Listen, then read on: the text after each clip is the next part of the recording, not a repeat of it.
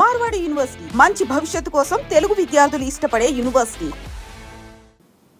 ఇప్పుడు అందరూ కలిసి రావాలి అనుకున్నప్పుడు పార్టీలు ఏం చేస్తున్నాయి, బీఆర్ఎస్ పార్టీ చిత్తశుద్ధి ఏంటి బీసీకి సంబంధించి అనుకున్నప్పుడు అక్కడ అందరూ కలిసి కూర్చొని మాట్లాడుకోవడం, కుల సంఘాల పెద్దల్ని పిలవడం అనేది వెరీ ఫస్ట్ పర్సన్ కవిత పిలిచారు. తనకు కావాల్సినటువంటి డీటెయిల్స్ అన్ని కులగణనకి సంబంధించి ఇచ్చారు. మీరు అడుగుతున్నారు ఎవరేం చేశారు అనేది.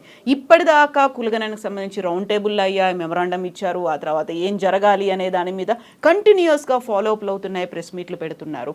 అండ్ బీఆర్ఎస్లో కూడా అలాంటి ఒక కదలిక అనేది ముందుకు వచ్చినట్టుంది. వాళ్ళు చిత్తశుద్ధి ఉంది వాళ్ళకి, వాళ్ళని కూడా మేము కలుపుకుపోతామంటారా మీరు? నేను ఒక మాట చెప్తున్నానండి. టీఆర్ఎస్ తెలంగాణ రాష్ట్ర సమితి అని ఉండే, దాన్ని మనం జాతీయ పార్టీగా బీఆర్ఎస్ అని చేసుకున్నాం, భారత రాష్ట్ర సమితి. ఒడిశాలో వింగ్ ఏర్పాటు చేసినాం, ఏపీలో వింగ్ ఏర్పాటు చేసినాం, అటు మహారాష్ట్ర పోయినాం. అక్కడ జాతీయ పార్టీ అధ్యక్షుడు కేసీఆర్ గారు కదా, తెలంగాణ రాష్ట్ర శాఖకు బీసీ అధ్యక్షుని చేయమన్నారు. ఇప్పుడు బీసీ వాదం డెవలప్ అయింది, బీసీలంతా ఉద్యమంలోకి దిగుతూ ఉన్నారు, బీసీలు వాటా కావాలంటా ఉన్నారు కాబట్టి బీసీ అంటున్నామేమో. కానీ నిజంగా చిత్తశుద్ధి ఉంటే మీ జాతీయ పార్టీకి రాష్ట్ర అధ్యక్షుడిని బీసీని పెట్టండి. సో తీర్మాన్ మల్లన్న బోల్డని డిమాండ్స్ చేస్తున్నారు. డిమాండ్ అది. ఇప్పుడు పర్టికులర్గా మనం తీర్మాన్ మల్లన్నకి సంబంధించి మాట్లాడుకుంటే పర్సనల్గా ఏ పార్టీలో చేరుతున్నారు, నిజంగా పార్టీ పెడతారా, తీర్మాన్ మల్లన్న వెనకాల ఎవరున్నారు, ఎవరిని కలుపుకొని మీరు ముందుకెళ్తున్నారు, ఎంతమంది మేధావులు మీతో ఉన్నారు? ఇప్పుడు నా సస్పెన్షన్ తర్వాత మీడియా విపరీతంగా జనసేన పార్టీ అధ్యక్షుడు అవుతున్నాడు మల్లన్న అని, తెలుగుదేశం పార్టీ అధ్యక్షుడు అవుతున్నాడు మల్లన్న అని, సొంత పార్టీ పెడుతున్నాడు మల్లన్న అని, బీజేపీలో చేరుతున్నాడు మల్లన్న అని, మీ వెనకాల బీఆర్ఎస్ పార్టీ కూడా ఉంది, వాళ్ళు కూడా ఫోన్లు చేస్తున్నారు అనేది విషయం ఏంటంటే ఈ అన్ని వాళ్ళు అనుకున్నటువంటి అంశాలు. నేను మొన్న సోమాజిగూడ ప్రెస్ క్లబ్లో మీటింగ్ పెట్టిన పిదప చెప్పిన క్లియర్గా, నేను బీసీ ఉద్యమాన్ని నిర్మించేది ఉంది, బీసీల్లో మరింత చైతన్యవంతం చేసి వాళ్ళని కథన రంగంలోకి తీసుకొచ్చేటువంటి పని ఉంది. నేను ఏ పార్టీలో చేరడానికి ఈ కార్యక్రమాలు చేయట్లేదు, ఏ పార్టీలో చేరనిప్పట్లు అని చెప్పిన. పార్టీ పెడుతున్నారా? పార్టీ ఇప్పుడు కాంగ్రెస్ పార్టీ బీసీ ముఖ్యమంత్రిని చేస్తాను ముందుకొచ్చి, బీఆర్ఎస్ పార్టీ బీసీ ముఖ్యమంత్రి అని ముందుకొచ్చి, బీజేపీ పార్టీ బీసీ ముఖ్యమంత్రి అని ముందుకొచ్చి ఇక మేమే చేస్తున్నాం కదా అనేటువంటి మాట చెప్తే ఆలోచిస్తాం. లేదు మేము ఈ పార్టీలు ఉన్నది మమ్మల్ని సీఎం చేసుకోవడానికి, బీసీలారా మీ పార్టీ మీరు పెట్టుకోరని చెప్పి వీళ్ళు ఒక అనివార్యత క్రియేట్ చేస్తే అప్పుడు ఆలోచిస్తాం.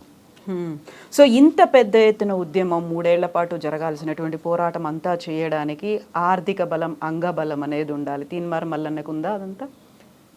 మీరు చేసే పని నిజాయితీ నీతితో కూడుకున్నదైతే అన్నీ వస్తాయి. ఈ ప్రజల నుంచి మద్దతుతో పాటు అన్నీ వస్తాయి. మీ పోరాటంలో నిజం, ధర్మం ఉంటే సహకరించే ప్రజలు లక్షలాది మంది ఉంటారు. కేవలం ప్రజల సహకారం సరిపోతుందా? నాయకులు, పారిశ్రామికవేత్తలు ఎవరన్నారండి? వాళ్ళ కాడ ఏముందండి? అసలైన సంపద ఈ వర్గాల దగ్గర ఉంది. బీసీలంటే ఇవాళ కనీసం 5,000 రూపాయలు ప్రతి నెల ఒక వ్యక్తి ఖర్చు పెట్టగలిగిన శక్తి ఉన్నటువంటి వాళ్ళు. 2 కోట్ల మంది బీసీలు ఒక నెలలో 5,500 రూపాయలు ఖర్చు చేస్తే 10,000 కోట్ల రూపాయలు ఎకానమీకి జమ చేసేటువంటి శక్తి బీసీల దగ్గర ఉంది. ఒక ఏడాదికి 1,20,000 కోట్ల రూపాయలు ఎకానమీకి జమ చేసే శక్తి వీళ్ళ దగ్గర ఉంది. అంతకు మించిన శక్తి ఏముంది? ఇంకా అది కాకుండా ఇంకా వీళ్ళ దగ్గర ఏముంది? కాకపోతే మల్లన్న గారు, ఇప్పుడు మీరు చేసినటువంటి అబ్జర్వేషన్ కావచ్చు, ఇన్నేళ్ల పాటు కనిపించినటువంటి ఎక్స్పీరియన్స్ కావచ్చు, ఇవన్నీ చూసిన తర్వాత ప్రజలు మేము నాయకులు అవ్వాలని కోరుకుంటున్నారా? అప్పటిదాకా ఉన్నటువంటి పారిశ్రామికవేత్తలో, అధికారంలో ఉన్న మంత్రులో, లేకపోతే అధికారులో వాళ్ళంతటి వాళ్ళే మేము నాయకులుగా ఎమర్జ్ అవ్వాలని కోరుకుంటున్నారా? మీ అబ్జర్వేషన్ ఏంటి? ఈ కదలిక అనేది సామాన్య ప్రజల్లో కూడా కనిపించిందా? ఎస్, కనిపించిందండి. బీసీలో బహుశా నా ఫోన్లో ఉన్నది, ఒక ఆర్టీసీ బస్ ఎక్కిండ్రు ఒక ఆయన. ఆర్టీసీ బస్ ఎక్కి మిగతా ప్రజల్ని వీడియో తీసి అడుగుతున్నారు, అమ్మా మీకు తీన్మార్ మల్లన్న తెలుసా అంటే, తెలుసు, మన బీసీల కోసం కొట్లాడుతుండగా బిడ్డ అని ఒక ఆమె చెప్తా ఉంది. కొట్లాడాలా వద్దా అని అంటే ఆమె చెప్తా ఉంది, మనకి ఇంత అన్యాయం అయిందని నాకు కూడా తెలియదు బిడ్డ, ఆయన చెప్పినాకనే అర్థమైంది, కొట్లాడాలని చెప్తా ఉంది. ఆయన ఎవరో నాకు తెలియదు. ఇట్లా ప్రజల్లో ఒక చర్చ జరుగుతూ ఉందంటే ఆ ప్రజలకు జరిగినటువంటి దశాబ్దాల అన్యాయాన్ని ఉద్యమంగా మలిస్తే ఉద్యమము నాయకత్వాన్ని ఇస్తుంది, ఉద్యమమే నాయకత్వాన్ని ఇస్తుంది. వాళ్ళు లీడర్లుగా ఎమర్జ్ అవుతారు. మనం లీడర్ కావాలని అనుకుంటే కాదు, ఆ ఉద్యమం ఇస్తుంది. సో ఇప్పటిదాకా ఎంతమంది అలా ముందుకొచ్చారు? చాలామంది ఎమ్మెల్యే స్థాయిలో పోటీ పడే సత్తా ఉన్నటువంటి వాళ్ళు 500 మంది ఉన్నారు. అంతమంది ఉన్నారు. ఆ స్థాయిలో ఉన్నది వాళ్ళ బీసీ నాయకత్వం బలంగా. ఇప్పుడు గత ఎన్నికల్లో చూసినా అంతకుముందు చూసినప్పటికీ ఇప్పటిదాకా ఎవరి దగ్గర అయితే డబ్బు ఉందో వాళ్ళు డబ్బు పెట్టి టికెట్ తెచ్చుకుందాము అనేటువంటి ఆలోచనలో మోసపోయిన వాళ్ళు ఉన్నారు. కోట్లు అలా దండుకున్నటువంటి లీడర్లు ఉన్నారు. వాళ్ళకేదో టికెట్ ఇప్పిస్తాము అని ఒక అభయం ఇచ్చి తర్వాత భంగపాటు ఇవన్నీ అయ్యాయి కదా. అలాంటివి లేకుండా తీన్మార్ మల్లన్న చెప్తున్నట్టుగా ఒక ఉద్యమం వస్తుంది, అందరికీ ఇస్తారు, ఎలా నమ్మాలి మిమ్మల్ని? విషయం ఏంటంటే డబ్బుతోటి టికెట్లు గెలుపులు అనేటివి ఉండవు. మొన్న ఆయన పేరేంది ఆల్ఫోర్స్ నరేందర్ రెడ్డి గారు కాడ డబ్బు లేకనే ఓడిపోయిందా? 200 కోట్లు ఖర్చు పెట్టాడనేది కూడా వినిపించింది. మేబీ పెట్టిండొచ్చు, ఎంత పెట్టిండనేది తెలియదు. డబ్బు అనేది ఒక పార్ట్ మాత్రమే ఎన్నికల్లో, అది గెలుపు కాదు. కేసీఆర్ గారు తెలంగాణ ఉద్యమం చేసిన తర్వాత 2014లో మొదటి ఎన్నికలు ఫేస్ చేస్తున్న టైంలో డబ్బు మీద జరిగే ఎలక్షన్ కాజ్ మీద జరిగింది. ఒక కాజు వచ్చినప్పుడు డబ్బు దాని ముంగట పనిచేయదు. రేపు భవిష్యత్తులో డబ్బు రాజకీయాలు ఉంటాయి, వర్గ రాజకీయాలు ఉంటాయి. ఆ వర్గ రాజకీయాల ముందు ఈ పెత్తందారి వ్యవస్థ మోకరిల్లాల్సిన పరిస్థితి వస్తుంది. కాబట్టి భవిష్యత్తులో మీరు అనుకుంటున్నటువంటి డబ్బు రాజకీయాలు ఇదే స్థాయిలో టికెట్లు కొనుక్కొచ్చుకోవడం, బీఫామ్లు, ఇంత సీనే ఉండదు. తీన్మార్ మల్లన్న వెనకాల ఎన్ని వందల కోట్లు పోగేసుకున్నారు? అంటే నేనేమంటున్నా, తీన్మార్ మల్లన్న వెనకాల ఎన్ని వందల కోట్లు పోగేసుకున్నారనే కంటే ఎవరెవరు ఎంత ఇచ్చారో లిస్ట్ రాసుకున్నాండి, మీకు తెలుసు. మీ దగ్గర లేదా ఆ లిస్టు? అంటే నేనేమంటున్నా, మీరు పోగుపడాలంటే ఎక్కడి నుంచి అయినా రావాలి కదా. ఆ ఎక్కడి నుంచి వచ్చినా వాళ్ళని తీసుకొని రండి. తీన్మార్ మల్లన్న చెప్పితే మా వర్గాల ప్రజలు గడబో అన్న ఖర్చు ఎందుకు చూసుకోకపో అంటే చూసేవాళ్ళు 100 మంది ఉన్నారు. డయాస్ ఆయనకి ఏందో ఖర్చు ఏందో చూసుకోమంటే పెట్టేవాళ్ళు 100 మంది ఉన్నారు. పోగేసుకొని చేయాల్సినటువంటి అవసరం మాకు రాలేదు, రాదు కూడా. దీన్ని చేయాలి కదా అనే యాక్సెస్ అక్కడ పొన్నం ప్రభాకర్ గారు ఉన్నారు, ఆ తర్వాత అధికారులు ఉన్నారు, వాళ్ళని ఎందుకు కలవలేకపోయారు ముందే? అంటే నేను కలిశానా లేదా అనేది మీకు తెలియదు కదా. నేను ఏకంగా ముఖ్యమంత్రి గారిని కలిసినాను. ముఖ్యమంత్రి గారిని కలిసి కాస్ట్ సెన్సస్ విషయంలో ఎట్లా చేయాలి, ఏం కథ, మనం ఏ విధంగా ముందుకు పోవాలనేటువంటి వివరాలన్నీ కూడా ఆయనకు చెప్పడం. కాంగ్రెస్ పార్టీ తన మేనిఫెస్టోలో రాహుల్ గాంధీ ఆలోచన మేరకు కాస్ట్ సెన్సస్ చేస్తామని మేనిఫెస్టోలో పెట్టినప్పుడు కేవలం ఆ వర్డ్ కోసం కాంగ్రెస్ పార్టీలో జాయిన్ అయిన తర్వాత కాంగ్రెస్ పార్టీ ఇంప్లిమెంట్ చేస్తుందని, ఇది ప్రజలకు మంచి చేస్తామని చెప్పినప్పుడు రాష్ట్ర ప్రభుత్వం దాన్ని టేక్ ఓవర్ చేసి కాస్ట్ సెన్సస్ అని చేపట్టింది. రాష్ట్ర ప్రభుత్వం అనౌన్స్ చేసినప్పుడు తీన్మార్ మల్లన్న తన వేదికల మీద ప్రజలారా ఇందులో విస్తృతంగా పాల్గొనండి, కుల సంఘాలు అన్ని ఇందులో భాగస్వామ్యం కావాలి, కాంగ్రెస్ పార్టీ కార్యకర్తలారా ఎమ్యునరేటర్ వస్తే వాళ్ళని వాళ్ళ ఇళ్లలోకి తీసుకుపోయి వాళ్ళకి సహకారం అందించండి అనేటువంటి విస్తృత ప్రచారాన్ని కల్పించడంలో నా వంతు పాత్ర ఉంది. అది పార్టీ నిర్ణయాన్ని విజయవంతం చేయడం కోసం చేసినటువంటి కార్యక్రమం. వన్స్ ఫిబ్రవరి 2 తారీఖు రోజు ఈ క్యాస్ట్ సెన్సస్ సంబంధించినటువంటి వివరాలను రాష్ట్ర ప్రభుత్వం బయటపెట్టింది. బయటపెట్టినటువంటి పరిస్థితుల్లో ఇందులో ఉన్నటువంటి ఎప్పుడైతే డాటా బయటకు వస్తుందో అప్పుడే దాంట్లో ఉన్నటువంటి సత్యాలు అసత్యాలన్నీ బయటకు వస్తాయి. Data can speak only. నోటి మాటగా మనం ఎన్ని అనుకున్నా వేరు. కానీ అప్పటి వరకు క్యాస్ట్ సెన్సస్ని పకడ్బందీగా చేయాలని పదే పదే ప్రజల్ని రిక్వెస్ట్ చేసినటువంటి తీన్మార్ మల్లన్న డాటా వచ్చిన తర్వాత అందులో జరిగినటువంటి లోపాలను ఎత్తి చూపారు. మనం ఒక విషయాన్ని గమనిస్తే 2011లో యూపీఏ గవర్నమెంట్ చేపట్టినటువంటి సెన్సెస్లో తెలంగాణ ప్రాంతంలో ఉన్నటువంటి ముస్లింల జనాభా 44 లక్షల మంది అని చూపించింది. 2025లో ఇదే కాంగ్రెస్ పార్టీ నిర్ణయం మేరకు రాష్ట్ర ప్రభుత్వం చేపట్టిన కాస్ట్ సెన్సెస్లో సేమ్ ముస్లింల జనాభా 44 లక్షలు, ఇంకా మీదికెళ్ళి ఒక 5,000 తగ్గిపోయాయి. ఇక్కడ కేసీఆర్ సర్వే అని కూడా కాదు, ఆ రోజు మనం చేసిన సర్వే, ఈరోజు మనం చేసిన సర్వే ఈ లోపాన్ని ఎత్తి చూపించడం జరిగింది. 2011లో చేసిన సెన్సెస్లో తెలంగాణ రాష్ట్రంలో కుటుంబాల సంఖ్య 83.40 లక్షలు. ఇవాళ ముఖ్యమంత్రి గారు ప్రెస్ మీట్లో చెప్పింది తెలంగాణ రాష్ట్రంలో 1,15,00,000 గృహాలున్నాయి, అందులో 1,12,00,000 గృహాల సర్వే మేము చేసినాం, ఇంకొక 3 లక్షల గృహాల సర్వే జరగాల్సింది, అది 3.91 అనేటువంటి ఒక మాట చెప్తున్నారు. సో 11లో 83 లక్షలు, ఇప్పుడు 1,15,00,000, వీటి మధ్యలో ఉన్న గ్యాప్ 32 లక్షలు. అంటే 2011 నుంచి 2025 వరకు 32 లక్షల గృహాలు పెరిగినాయి. 32 లక్షల అంటే అప్పుడు 83 లక్షలు ఉన్నప్పుడు 3,50,00,000 మంది జనాభా. ఇప్పుడు అదనంగా 32 లక్షల గృహాలు యాడ్ అయిన తర్వాత ఒక్క గృహం నుంచి ఒక్కరినే తీసుకు ఈ 3,50,00,000కు ఈ 32 లక్షలు యాడ్ అయితే కనీసం 3,82,00,000 జనాభానన్నా ఉండాలి మన లెక్కల ప్రకారం. అది లేకపోగా కేవలం తెలంగాణ జనాభా 3,70,00,000 అని చెప్పి రాష్ట్ర ప్రభుత్వం చెప్తా ఉంది. ఇంకొక 16 లక్షల మందిని మేము ఎమ్యునరేట్ చేయలేకపోయినాము అనేటువంటి మాట రాష్ట్ర ప్రభుత్వం చెప్పింది. మానుకోట విలేజ్లో ఎంతమంది ఉన్నారనేది పూర్తిగా లెక్క చేస్తే ఎంతమంది ఉన్నారనేది తెలుస్తుంది. సగం చేసి ఇంకా 16 లక్షల మంది మిగిలిపోయారు. ఈ 16 లక్షలు అనేటువంటి మాట నీకు ఎట్లా తెలిసింది? ఫస్ట్ నీకు చేస్తే కదా తెలిసేది. 16 లక్షల మంది మిగిలిపోయినారనేటువంటి మాట మీకెట్లా తెలిసింది? ఇదొక అంశం.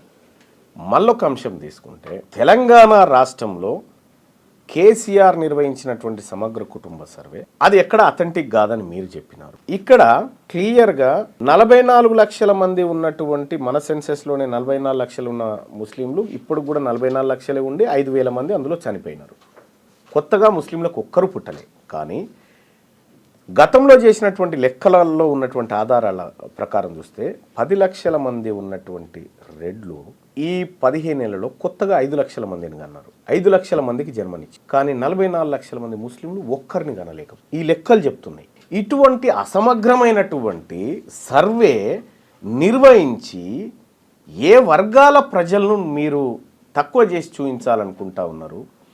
తెలంగాణ రాష్ట్రంలో ఉన్నటువంటి 6.98% అప్పర్ క్యాస్ట్ ఉందని ఖుద్దు అప్పటి ముఖ్యమంత్రి కేసీఆర్ గారు చెప్పినటువంటి లెక్కల ప్రకారం ఇంతమందే ఉన్నారని చెప్పిన తర్వాత 6.98% ఉన్నటువంటి వాళ్లకు 10% ఈడబ్ల్యూఎస్ ఎట్లా అమలు చేస్తావు అనేటువంటి క్వశ్చన్ రేజ్ అయినటువంటి పరిస్థితిలో అప్పర్ క్యాస్ట్ జనాభాని ఎక్కువ చేసి చూపించడానికి ఈ క్యాస్ట్ సెన్సెస్ను వాడుకున్నాం.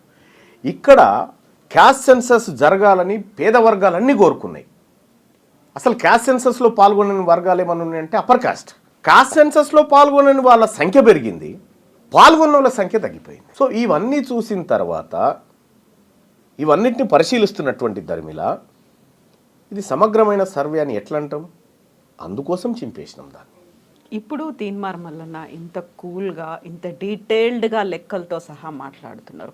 అదే పబ్లిక్లో ఉన్నప్పుడు అంత ఊపుతో మాట్లాడడానికి కారణం ఏంటి? అది కూడా అంత పరుష పదజాలం, అంత అగ్రెసివ్గా మాట్లాడడానికి అప్పుడు కూడా ఇంతే కూల్గా ఇంత నింపాదిగా చెప్పొచ్చు కదా. మీరు TV9లో ఒక దశాబ్దం పాటు యాంకర్గా పనిచేసినారు. ఒక విషాదకరమైన వార్త వచ్చినప్పుడు మీరు చదివే విధానం వేరే ఉంటుంది. ఒక ఆనందకరమైన వార్త వచ్చినప్పుడు మీ చదివే విధానంలో, మీ ఎక్స్ప్రెషన్స్లో, మీ వాయిస్ బేస్లో తేడా వస్తుంది. పబ్లిక్ మీటింగ్లో ప్రజలందరికీ వినబడేలాగా గట్టిగానే మాట్లాడాలి. మీరున్నారు. ఇప్పుడు నేను గట్టిగా అరిచి చెప్పడం వల్ల మీకేమన్నా లాభమా? గట్టిగా మాట్లాడడం వేరు, ఆవేశంగా మాట్లాడడం వేరు, అందులో అంత పరుష పదజాలంతో మాట్లాడడం కూడా వేరు. పరుష పదజాలం గురించి మాట్లాడదాం, కానీ ఇక్కడ కొన్ని వేలాది సమూహం ఒక దగ్గరికి చేరి ఒక ఆవేదనను వెలిబుచ్చుతున్నటువంటి సందర్భంలో అక్కడికి పోయిన వక్తగా నేను అదే ఫ్లోలో మాట్లాడాలి. అక్కడికి పోయి నేను నిదానంగా సావధానంగా మాట్లాడితే ఎక్కాల్సిన ప్రజలకు ఎక్కదు. కాబట్టి నేను ఏ ఫ్లోలోనైతే మాట్లాడానో అదే ఫ్లోలో మాట్లాడతా. ఏ వేదిక ఎక్కాల్సిన ప్రజలు ఎవరు? ఎవరికి ఎక్కాలనుకున్నారు? అంటే ఈ పేద వర్గాలు ఎవరికైతే అన్యాయం జరుగుతుందో వాళ్ళ మైండ్ సెట్లోకి ఈ అంశాన్ని తీసుకుపోవడానికి అనేకమైనటువంటి అంశాలను జోడించి తీసుకొని పోతాం. మనకు రిపోర్టర్లు వార్త పంపిస్తే దాన్ని మాడిఫై చేసుకుంటాం. దాని ఏది ప్రేక్షకుడికి అనుగుణంగా, ప్రేక్షకుడికి మైండ్లోకి చొరబడే అనుగుణంగా ఎట్లయితే ఎక్కించుకుంటామో సేమ్ వేదికల మీద కూడా నాయకత్వం అదే చేస్తుంది. కాకపోతే ఎక్కాల్సింది వాళ్ళకి అనుకున్నప్పుడు ఇంకొకరి మీద మీరు ఎక్కడం అనేది ఉంది కదా అక్కడ. సరే, ఇప్పుడు ఆ పరుషం అనేటువంటి పదం స్టార్ట్ చేయండి. ఎక్కడ, ఏమిటి, ఎలా, ఎందుకంత, ఏది, అది ఏ అంశం గురించి సో యూజువల్గా కమ్యూనిటీల గురించి మాట్లాడడం కావచ్చు, లేకుంటే ఎవరు ఏం తాగాలి, ఎవరు ఏం తింటున్నారు, వీటన్నిటి గురించి మాట్లాడడానికి కూడా మీరు చెప్పినటువంటి ఈ లెక్కలు చెప్పి దానికి సంబంధించినటువంటి పోరాటమే గతం నుంచి జరుగుతుంది, కొన్ని దశాబ్దాలుగా జరుగుతుంది. అందరినీ ఏకం చేసుకుని ముందుకు కలిసి వెళ్ళాలి అనుకున్నప్పుడు కేవలం మీరు అనుకున్నట్టుగా ఒక పోరాటం కొద్ది మందితో చెయ్యాలి అనుకుంటున్నారా, అందరినీ కలుపుకొని చెయ్యాలి అనుకుంటున్నారా? అక్కడే డిఫరెన్స్ అనేది కనిపిస్తుంది కదా. మీరు వాళ్ళని కొంతమందిని ఎలిమినేట్ చేసినట్టు అనిపించింది కదా అక్కడ. ఇక్కడ ఇప్పుడు తెలంగాణ అసెంబ్లీలో 43 మంది రెడ్లు ఎమ్మెల్యేలు ఉన్నారమ్మా. ఓ 13 మంది వెలమ సామాజిక వర్గానికి సంబంధించినటువంటి వాళ్ళు ఉన్నారు. నిజంగా వాళ్ళు మా అందరినీ కలుపుకపోయిన ఉంటే వాళ్ళు అంతమంది ఉండొద్దు కదా. మమ్మల్ని పక్కకు పెట్టి వాళ్ళు పాలిటిక్స్ చేస్తున్నారు కదా. మరి అటువంటప్పుడు మేము కూడా వాళ్ళని పక్కకు పెట్టే పాలిటిక్స్ చేయాలి కదా. కాకపోతే పవర్ఫుల్గా వాళ్ళు కనిపిస్తున్నారు అనేది ఇందులోనూ బీసీలకి సంబంధించి కూడా ఇప్పుడు ఆర్ కృష్ణయ్య గారు పోరాటం ఎప్పటి నుంచో ఆల్మోస్ట్ ఒక 3 దశాబ్దాలుగా చేస్తూ వస్తున్నారు. ఆయన ఎంతమందిని చట్టసభలకు పంపించగలిగారు, చేసినటువంటి పోరాటం ఎంత మేరకు ఫలించింది అనేది కూడా కనిపిస్తుంది. ఆర్ కృష్ణయ్య గారు 30 సంవత్సరాలుగా చేసిన పోరాటం ఆయన స్థాయిలో ఆయన చేసుకుంటూ వచ్చాడు. మెజారిటీగా ఆయన పదే చెప్పిండు, నేను విద్యారంగం పైన ఫోకస్ పెట్టాను, నేను స్కాలర్షిప్ల కోసం, రియంబర్స్మెంట్ల కోసం, వీటి కోసం పోరాటం చేశాను, రాజకీయ పరమైనటువంటి పోరాటం చాలా తక్కువగా చేశాననేటువంటి మాట ఆయన చాలా వేదికల మీద చెప్పాడు. అది ఆ విధంగానే నెగ్లిజెన్స్ కూడా గురైంది కదా. అయితే విషయం ఏంటంటే ఆ విధంగా నెగ్లిజెన్స్ గురైంది కాబట్టే ఇవాళ ఆర్ కృష్ణయ్య గారు కానీ, నేను కానీ, శ్రీనివాస్ గారు కానీ, ఇంకా బీసీ నాయకత్వం అంతా కూడా ఒకే వేదిక మీదకి వచ్చి పని చేస్తున్నటువంటి క్రమంలో వీళ్ళంతా ఒక్కటి కాకూడదు కదా అనేటువంటి ఒక దుశ్చర్యకు, ఒక దుస్సాహసానికి ఈరోజు కూడా మీరంతా మా కిందే ఉండాలనేటువంటి ఒక సంకల్పంతో మాట్లాడుతున్న సమయంలో మేము మిమ్మల్ని ఎట్లా కలుపుకొని పని చేస్తాం? మేము ఎవరు మాట్లాడారు? చాలామంది. ఒకే ఒక కమ్యూనిటీ మాత్రమే మాట్లాడిందా? ఇప్పుడు తెలంగాణ రాష్ట్రంలో ఉన్నటువంటి ఈ బీద వర్గాలకి నిజంగా 70 సంవత్సరాల నుంచి ఇంకా మాకు కొత్త రేషన్ కార్డులు ఇస్తాం, మీకు ఇంకా రేషన్ సరుకులు అందిస్తాము, మీకు ఇంకా ఇండ్లు కట్టిస్తాము, ఇంకెన్ని రోజులు చెప్తారండి మాకు? ఇంకా అంటే మన దేశాన్ని కూడా అభివృద్ధి చెందుతున్న దేశం అనే అంటున్నారు కదా, ఇంకా డెవలప్ అయింది అని చెప్పుకోలేకపోయాం కదా. నేను ఏమంటున్నా, ఇంకా డెవలప్ కారణం ఏందండి? ఈ వర్గాల పాత్రనే లేదు కదా ఈ దేశంలో. ఈ దేశంలో రాజకీయ నిర్ణయాల్లో ఈ వర్గాల పాత్రనే లేకుండా చేశారు కదా. మాది మేము చేసుకుంటామని చెప్తా ఉన్నాం, తప్పేముంది? మాది మేము చేసుకుంటే మీకేమైనా ఇబ్బందా అని నేను ఆ వర్గాలను అడుగుతా ఉన్నా. సేమ్ మళ్ళీ ఇక్కడ కూడా అడగడం అనేది ఎలా అడుగుతారు? మాకంటూ ఒక ఫెయిర్ షేర్ కావాలి, మాకు సమాన వాటా ఉండాలి, హక్కులు ఉన్నాయి, మేము అధికారంలోకి రావాలి అనుకున్నప్పుడు వారిని అనగదొక్కండి, లేకుంటే వారిని ఇంకేదో చేసేయండి, మనం అధికారంలోకి వద్దాము, యుద్ధం చేద్దాము అనే ఒక మాట ఉంది చూడండి. పోరాటం చేయడం వేరు, యుద్ధం చేయడం వేరు కదా. అంటే యుద్ధము మీరు తెలంగాణ రాష్ట్రంలో మీరు రాసి పెట్టుకోండి. ఇప్పుడు చెప్తా ఉన్నా, అధికారం అనేది బీసీల వైపుకు ట్రాన్స్ఫర్ కావడంలో కూడా కాదు, రక్తపాతంతోనే ట్రాన్స్ఫర్ అవుతుంది భవిష్యత్తులో. అంత ఈజీగా వదిలిపెట్టరు వాళ్ళు. ఇవాళ తీన్మార్ మల్లన్న కేవలం బీసీ వర్గాల గురించే మాట్లాడుతూ ఉన్నాడు. ఎస్, మాతో కలిసి వచ్చే వర్గాలు ఉన్నాయి చాలా. నేను అనేక సార్లు చెప్పిన, ఈ తెలంగాణ రాష్ట్రంలో ఆర్యవైశ్యుల జనాభా కంటే వెలమల జనాభా చాలా తక్కువ. కానీ వాళ్ళ ఇళ్ళ నుంచి ఎంతమంది మంత్రులు, ముఖ్యమంత్రులు కాగలుగుతూ ఉన్నారు, వీళ్ళ దగ్గర నుంచి ఎందుకు కాలేకపోతూ ఉన్నారు? ఈ రాష్ట్రంలో ఉన్నటువంటి బ్రాహ్మణ జనాభా కంటే వెలమల జనాభా తక్కువ. వాళ్ళకు రావాల్సిన షేర్ ఎందుకు దక్కుతలేదు? ఇప్పుడు ఈ లెక్కలు ఇవన్నీ కూడా పర్ఫెక్ట్గా మీరు చెప్పగలుగుతున్నారు, ఇవన్నీ ఉన్నాయి. కాకుండా మనకు తెలంగాణ ఉద్యమం కావచ్చు, దేశానికి స్వాతంత్ర పోరాటం కావచ్చు, శాంతియుతంగా జరిగింది, ఎక్కడ హింసాత్మకం లేదు, అహింసాయుతంగానే జరిగింది అనుకున్నప్పుడు తెలంగాణ ఉద్యమంలో ఆత్మహత్యలు ఆత్మాహుతులు ఇలాంటివే వద్దన్న తర్వాత మీరు ఇప్పుడు అన్నమాట రక్తపాతం జరుగుతుంది. ఎందుకని, ఎవరు చేస్తారు? వాళ్ళే సృష్టిస్తారు. ఇది మా వర్గాల నుంచి వచ్చేది కాదు. నిజంగా ఈ తెలంగాణ రాష్ట్రంలో ఈ బీసీ ఎస్సీ ఎస్టీ వర్గాలు ఎప్పుడు హింసను కోరుకోరు. ప్రతి పోరాటంలో బలయ్యేది ఈ వర్గాలే. ప్రతి పోరాటంలో సిపాయిల తిరుగుబాటు దగ్గర నుంచి నిన్న మొన్న జరిగినటువంటి తెలంగాణ ఉద్యమం దాకా బలైందంతా వీళ్ళే. మొత్తం ఎంటైర్ తెలంగాణ ఉద్యమంలో కేసీఆర్ కుటుంబం ఇంట్లోంచి ఒక రక్తం సుక్క రాలేం కింద పడలే. మాంసం ముద్దలైపోయిందంతా వీళ్ళు పేదవాళ్ళు. అంటే నేనేం చెప్తా ఉన్నానంటే, వాళ్ళు అధికారం కోసం ఈ రక్తాన్ని వాడతారు. అధికారాన్ని ట్రాన్స్ఫర్ చేయాలన్నా ఇదే రక్తాన్ని వాడుతూ ఉంటారు అన్నట్టు. మేము క్లియర్గా చెప్తా ఉన్నాము, ఇది ఎవరు ఆత్మ బలిదానాలు ఇంకొకటి చేసుకునే ఉద్యమం కాదు. ఇది సగర్వంగా హమారా ఇస్సా, హమారా ఇజ్జత్, హమారా హుకూమత్ అని చెప్తా ఉన్నాము. న్యాయబద్ధంగా రావాల్సిన వాటా మీ వాటా మీరు తీసుకోండి, మా వాటా మాకు కావాలి. సో ఒక డిమాండ్, ఒక సరైనటువంటి డిమాండ్, న్యాయమైనటువంటి డిమాండ్, ఈ డిమాండ్ని యాక్సెప్ట్ చేయలేకపోతున్నాయా మీరన్నటువంటి ఆ పవర్ఫుల్గా కనిపిస్తున్నటువంటి కులాలు? నిజంగా రక్తపాతం అనేది వాళ్ళు చెయ్యాలి అనుకుంటే అంత ఈజీగా అవుతుందా? ఎర్ర సత్యం మహబూబ్ నగర్ ఎమ్మెల్యేగా పనిచేసినటువంటి ఎర్ర సత్యం ఒక బీసీ సామాజిక వర్గం నుంచి ఎదిగిన నేత. మహబూబ్ నగర్ జిల్లా కోర్టు కంటే ఎక్కువ ఆయన ఇంటి దగ్గర జనం కూర్చొని జరిగిన అన్యాయాలను ఏకరువు పెట్టుకొని పరిష్కార మార్గాలు కనుగొన్నారు. ఎర్ర సత్యం మహబూబ్ నగర్ పోతుందంటే ఒక్కరు కూడా అప్పర్ క్యాస్ట్లో కనీసం ఎదురుగా నిలబడడానికి సాహసం చేయలే. అటువంటి వ్యక్తిని చంపింది ఎవరండి? మాధవరెడ్డి అని కానిస్టేబుల్ని పెట్టి వీళ్ళందరూ కలిసి కుట్రబని చంపలేదా?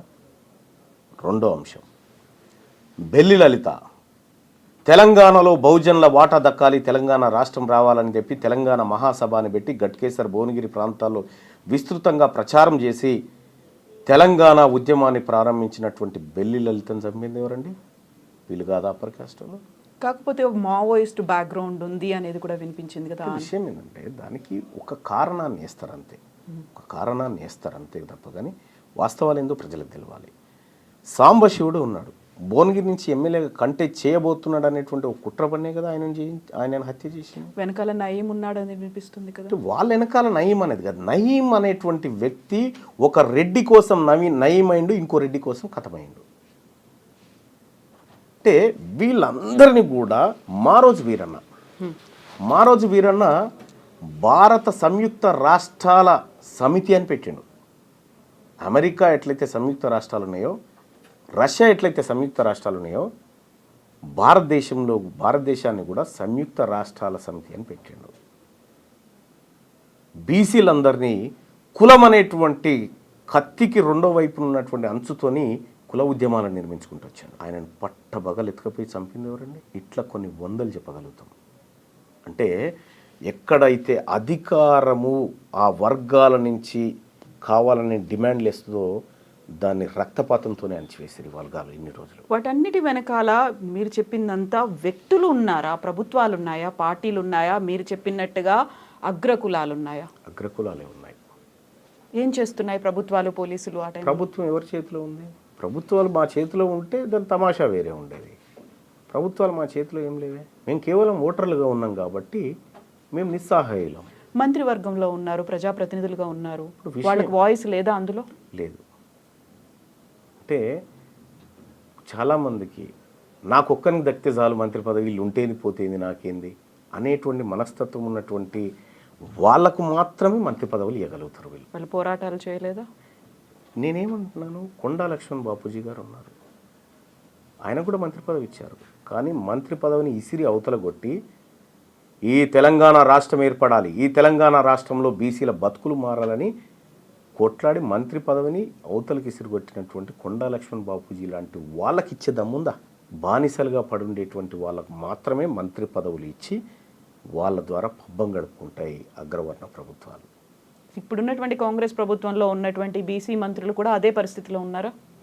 అదే పరిస్థితిలో ఉన్నారా లేదా అనేది ఇంకొక ఏడాదిలో తేలుతుంది. కులగణన 42% ఇంప్లిమెంటేషన్ విషయంలో వాళ్ళు ఎలాంటి స్టెప్స్ తీసుకుంటారనేది అప్పుడు తెలుస్తుంది వాళ్ళకి. చిత్తశుద్ధి లేదా? చిత్తశుద్ధి ఉండాలని చెప్తా ఉన్నాం. అంటే మీకు కనిపించట్లేదా కనీసం ఆ అటెంప్ట్ చేశారు, ఇనిషియేషన్ ఉంది? నేనేమంటున్నా, ఇట్లా ప్రభుత్వాల దగ్గర సాగిలపడినటువంటి సందర్భంలో వాళ్ళు మళ్ళీ ప్రజాక్షేత్రంలోకి పోయినప్పుడు వాళ్ళు ఎవరు కూడా గెలవలేదు. అంటే అల్టిమేట్గా ప్రజలు నిన్ను నమ్మాలి, నీ వైపు ఉన్నప్పుడు మాత్రమే నువ్వు ఏ హోదాలో ఉన్నా. నిజంగా ప్రజలు నీ వైపు ఉంటే నీకు మంత్రి పదవి ఉండదు ఫస్ట్. అదేం లాజిక్? అంతే కదా, నువ్వు వాళ్ళ వైపు ఉండాలి. మీ వాయిస్ని అక్కడ ప్రభుత్వంలో వినిపిస్తున్నారు అనేది లేదా అక్కడ? కాదా, జరగట్లేదా? ఎవరు నా వాయిస్నా? మీ అంటే అందరి వాయిస్ని ఇప్పుడు ఎవరి కోసం అయితే పోరాడుతున్నారో ప్రతినిధులుగా. ఒకటి ఏంటంటే, మంత్రి పదవి అనేది ముఖ్యమంత్రి విశ్వాసం ఉన్నన్ని రోజులు మాత్రమే ఉండగలిగినటువంటి పదవి. ముఖ్యమంత్రికి విశ్వాసంగా ఉండాలంటే బీసీల మాట మాట్లాడితే విశ్వాసంగా ఉంటాడా? పార్టీ తీసుకున్న లైనే అది. పార్టీ తీసుకున్నటువంటి లైన్ నువ్వు ఆల్రెడీ చెడగొట్టి పెట్టినావు. ఇక్కడ తెలీదా అధిష్టానానికి? తెలిసింది కాబట్టి రీసర్వేకి ఆదేశించింది, తెలిసింది కాబట్టి దాని మీద ఒక కమిటీ వేసింది. మీరన్న అవకతవకలు ఇవన్నీ సెట్ అయిపోతాయంటారా దాంతో? రీసర్వే కావచ్చు, కమిటీ కావచ్చు, వీటన్నిటితో కావు. ఏం జరగాలి? బీసీల ప్రభుత్వం రావాలి. బీసీల ప్రభుత్వం నెక్స్ట్ కాబోయే సీఎం బీసీఏ బరాబర్ అవుతాడు అనేది టీపీసీసీ చీఫ్ చెప్తున్నారు. బరాబర్ అవుతాడు, అది కాంగ్రెస్ పార్టీయే చేస్తుంది అనేది. హ్యాపీ.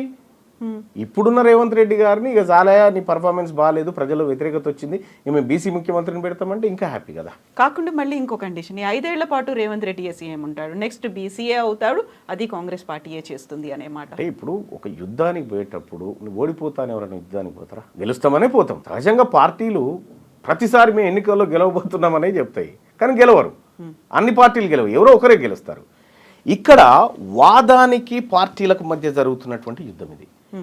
ఇటీవల కాలంలో జరిగినటువంటి ఎమ్మెల్సీ ఎన్నికలు కానీ, ఇటీవల కాలంలో జరుగుతున్నటువంటి పరిణామాల నేపథ్యంలో ఇవాళ 5 స్థానాలను కాంగ్రెస్ పార్టీ, 4 స్థానాలు, 1 బీఆర్ఎస్ పార్టీ భర్తీ చేసుకుంటే 3 బీసీలకు ఇవ్వాల్సిన అనివార్యత ఏర్పడ్డది, 1 ఎస్సీ ఎస్టీలకు ఇవ్వాల్సినటువంటి అనివార్యత ఏర్పడ్డది.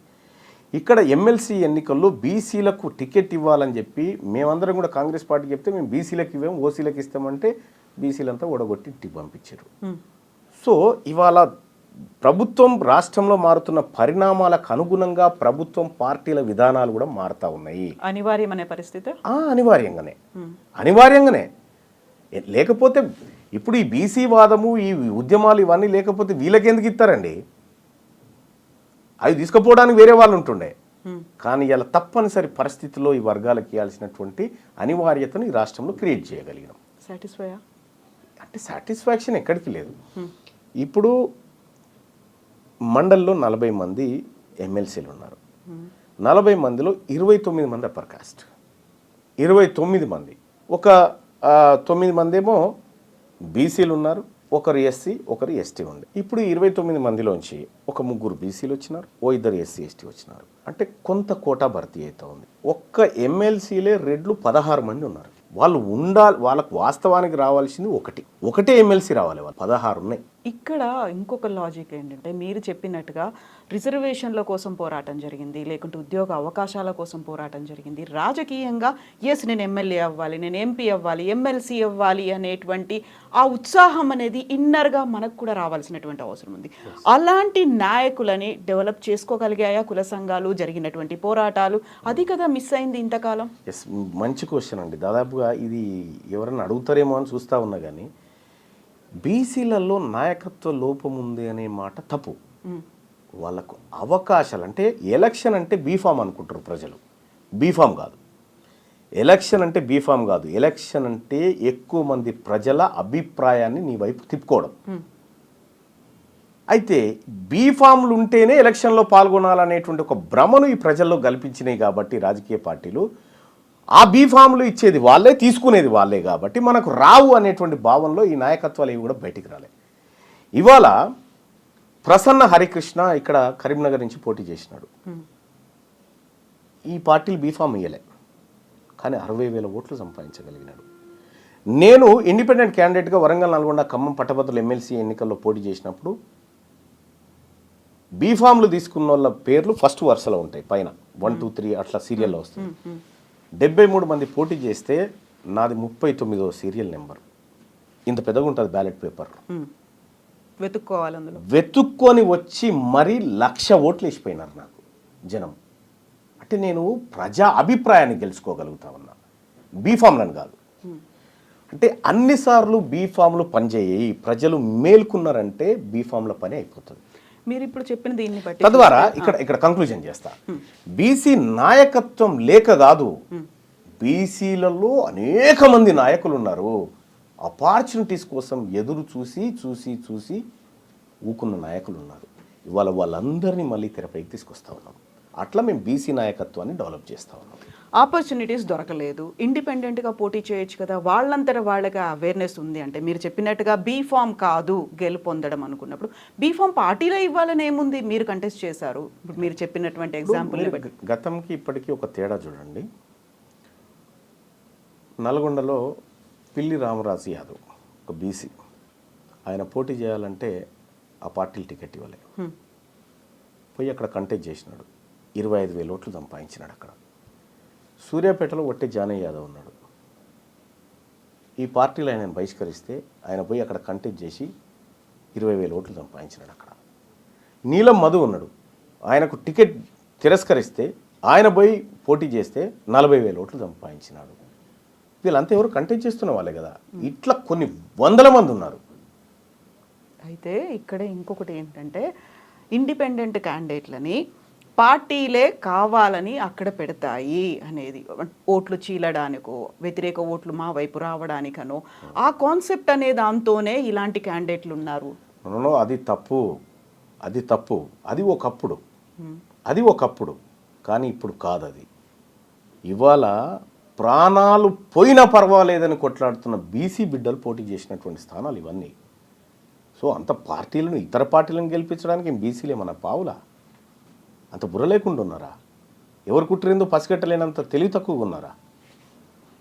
గతంలో జరిగినటువంటి ఎన్నికల యుద్ధాలు వేరు, ఇప్పుడు జరుగుతున్న ఎన్నికల యుద్ధాలు వేరు.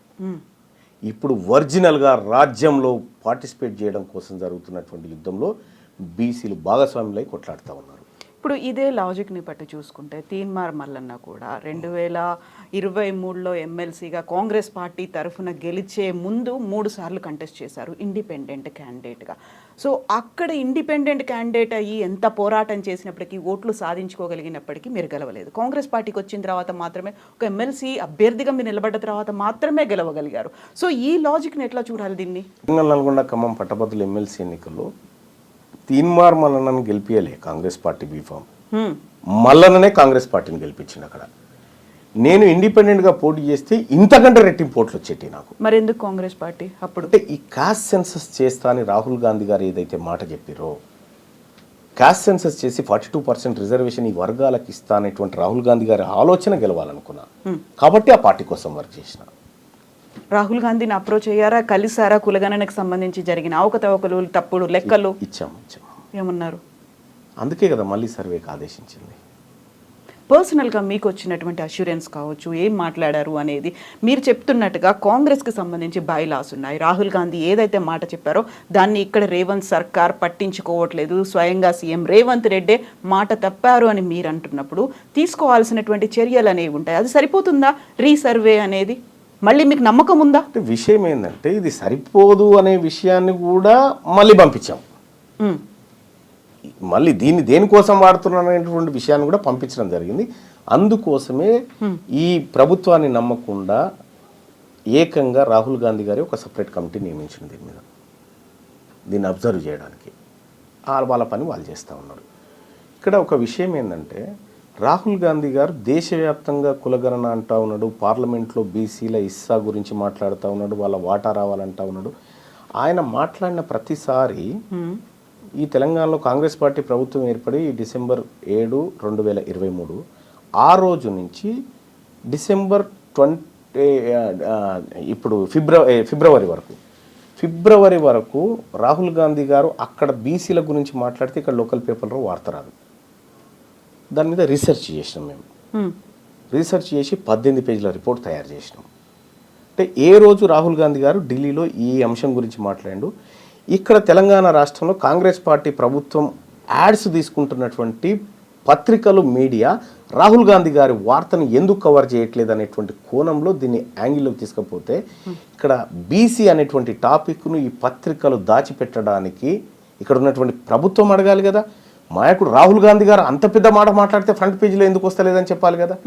అది చెప్పలేదు కాబట్టి మీ ఆలోచన ఇక్కడ ఇంప్లిమెంట్ చేయడానికి వీళ్ళకి ఇష్టం లేదు అనేటువంటి రిపోర్ట్ను 18 పేజీల రిపోర్ట్ పంపించడం జరిగింది. ఎవరికి ఇష్టం లేదు? పత్రికలక? ప్రభుత్వానికి. ప్రభుత్వం ఒత్తిడి తెస్తోందా వాళ్ళ మీద? నేనేమంటున్నా, ఇప్పుడు ఒక పత్రికకు యాడ్స్ ఇచ్చినప్పుడు ప్రభుత్వం కొంత ఫేవర్ కోరుతుంది, మంచి చూపించమని లేకపోతే మా వార్తలు కవర్ చేయమని కోరుతుంది సహజంగా. ఇవ్వద్దు అనేది పత్రికల ఇష్టం. కానీ రాహుల్ గాంధీ గారు ఈ దేశంలో జరగాల్సిన భారీ మార్పు గురించి మాట్లాడినప్పుడు ఇక్కడి పత్రికలను ఆ వార్త కవర్ చేయించే విధంగా ప్రయత్నం చేయాల్సినది రాష్ట్ర ప్రభుత్వం. అది చేయడం లేదు. అంటే మీ ఆలోచన ఇంప్లిమెంట్ చేయడానికి వీళ్ళకి ఇష్టం లేదు కాబట్టి ఆ ప్రయత్నం చేయట్లేదు అనేటువంటి రిపోర్ట్ను విత్ ఆధారాలతో పంపించడం జరిగింది. సో స్వయంగా కావాలని సీఎం రేవంత్ రెడ్డి అక్కడ మేనేజ్ చేస్తున్నారు, లేకుంటే ఒత్తిడి తెస్తున్నారు, అది కవరేజ్ లేకుండా చూసే ప్రయత్నాలు జరుగుతున్నాయి అక్కడ అనుకుంటున్నా నేనైతే. సో ఇంత పెద్ద రిపోర్ట్, 18 పేజీల రిపోర్ట్ వెళ్ళిన తర్వాత వచ్చినటువంటి రియాక్షన్, రిప్లై ఏంటి మీకు స్వయంగా? సర్వే గురించి కాదు, వాళ్ళు నిజంగా మా సర్వేని చూసి షాక్ అయిపోయినారు. అంటే ఎవ్రీడే మానిటర్ చేసినాం. ఒక ఏడాది 3 నెలల కాలం పాటు ప్రతిరోజు ఈ దేశాన్ని రాహుల్ గాంధీని మానిటర్ చేసినాం. మా టీంతో మానిటర్ చేసి ఒక రీసెర్చ్ రిపోర్ట్ తయారు చేసినాం. చేసి ఇచ్చినప్పుడు నిజంగా వాళ్ళు షాక్ అయ్యారు, ఏంది ఇంత వర్క్ చేసినారా అని. అంటే విత్ డేట్స్ కూడా వేసినాం, మళ్ళీ డేట్స్ ఎవిడెన్సెస్ కూడా వేసి అవి కరెక్ట్గా తీసి పెట్టినాం అన్నట్టు. అంటే రాహుల్ గాంధీ గారి ఆలోచన ఇంప్లిమెంట్ అయితే ఈ దేశం దశ మారిపోతుంది అనేటువంటి ఒక ఆలోచన మాకుండే కాబట్టి ఎందుకు ఆయన ఆలోచన కింది స్థాయికి పోతలేదు అనేటువంటి ఒక చర్చ వచ్చినప్పుడు ఇవన్నీ మేము చేయడం జరిగింది. సో దేశం దిశ మార్చాలి అనే ఆలోచన రాహుల్ గాంధీకి ఉంది, బట్ రేవంత్ రెడ్డికి రాష్ట్రం దిశ మార్చాలనే ఆలోచన లేదా? ఆయన ఏవి కులగణన లెక్కలు మార్చే ఆలోచనలు ఉన్నాడు కానీ దిశ మార్చే లెక్కల్లో లేడు ఆయన. ఒకవేళ దేశవ్యాప్తంగా కాంగ్రెస్ పార్టీ వస్తే లాభమే కదా వీళ్ళకి కూడా. కాంగ్రెస్ పార్టీకి, రాష్ట్ర కాంగ్రెస్కి, రేవంత్ రెడ్డికి, ప్రభుత్వానికి. నేను ఒకటి చెప్తాను మేడం, నరేంద్ర మోడీ ప్రభుత్వం బోటాబోటి మెజార్టీతో మనకు గెలవడం జరిగింది. తెలుగుదేశం పార్టీ, ఆ తర్వాత అటు ఏది ఈయన ఉన్నాడు కదా బీహార్ ముఖ్యమంత్రి నితీష్ పార్టీ, ఈ 2 పార్టీ లేకపోతే ప్రభుత్వం లేదు. తెలంగాణ రాష్ట్రంలో ఊహించని విధంగా 8 ఎంపీ సీట్లను బీజేపీ గెలుచుకోగలిగింది. అందులో ఈ 8 అప్పటికే కాంగ్రెస్ పార్టీ ప్రభుత్వం ఇక్కడ ఎస్టాబ్లిష్ అయింది. ఆ తర్వాత ఎంపీ ఎలక్షన్స్ వచ్చినాయి. ఈ ఎంపీ ఎలక్షన్లో ఈ 8 సీట్లను గనక కాంగ్రెస్ పార్టీ కట్టడి చేయగలిగితే, ఇక్కడ రేవంత్ రెడ్డి గారు కట్టడి చేయగలిగితే ఇవాళ ప్రధానమంత్రి అక్కడ ఉండే పరిస్థితి లేకుండే నరేంద్ర మోడీ గారు. ఇవాళ మీరు సిట్టింగ్ ఎంపీగా ఉన్నటువంటి మల్కాజ్గిరి నియోజకవర్గం కాంగ్రెస్ ఓడిపోయింది. మీ సొంత నియోజకవర్గంగా ఉన్నటువంటి మహబూబ్ నగర్ పార్లమెంట్ను కాంగ్రెస్ ఓడిపోయి బీజేపీ గెలిచింది. మీరు ఇన్ఛార్జిగా ఉన్నటువంటి చేవెళ్ళ పార్లమెంట్ నియోజకవర్గంలో బీజేపీ గెలిచింది. అంటే ఇట్లా మీరు ముఖ్యమంత్రిగా ఉండి మీ స్థానాలని గెలిపించలేక భారతీయ జనతా పార్టీకి 8 సీట్లు ఇవ్వడం వల్ల ఇలా ఆయన ప్రధానమంత్రిగా ఉన్నాడు. మీరు కరెక్ట్గా పనిచేస్తే రాహుల్ గాంధీ గారే వచ్చేటోడు కదా. ఎజెండా ఉందా రేవంత్ రెడ్డికి పర్సనల్గా? ఉండొచ్చు, లేకుండా ఎట్లా ఉంటారు. ఇదే ఇవాళ ఇంకా అదే కాదు, కరీంనగర్ గ్రాడ్యుయేట్ ఎమ్మెల్సీ ఎన్నికలు జరుగుతూ ఉంటే రేవంత్ రెడ్డి గారు ఎవరైనా పోతే మన అభ్యర్థి అనుకుంటే, మా అభ్యర్థి మంచోడయా, చాలా ప్రజలకు సేవ చేస్తాడు, ఇతని వల్ల మంచి జరుగుతుంది, పట్టభద్రులకు మంచి జరుగుతుంది, మీ కష్ట సుఖాల్లో అండగా ఉంటాడు, నన్ను నమ్మండి, ఇతను కోటేయండి అని చెప్పాలి. కానీ నువ్వు కరీంనగర్లో మీటింగ్ పెట్టి ఈయన గెలిచినా ఓడిపోయినా పెద్ద సంబంధం లేదని చెప్పి అక్కడ భారతీయ జనతా పార్టీ అభ్యర్థి గెలుపుకు పరోక్షంగా సహకారం చేసినట్టే కదా. సీఎం కదా, ఇంటెలిజెన్స్ రిపోర్ట్స్ అవి ఉంటాయేమో అక్కడ.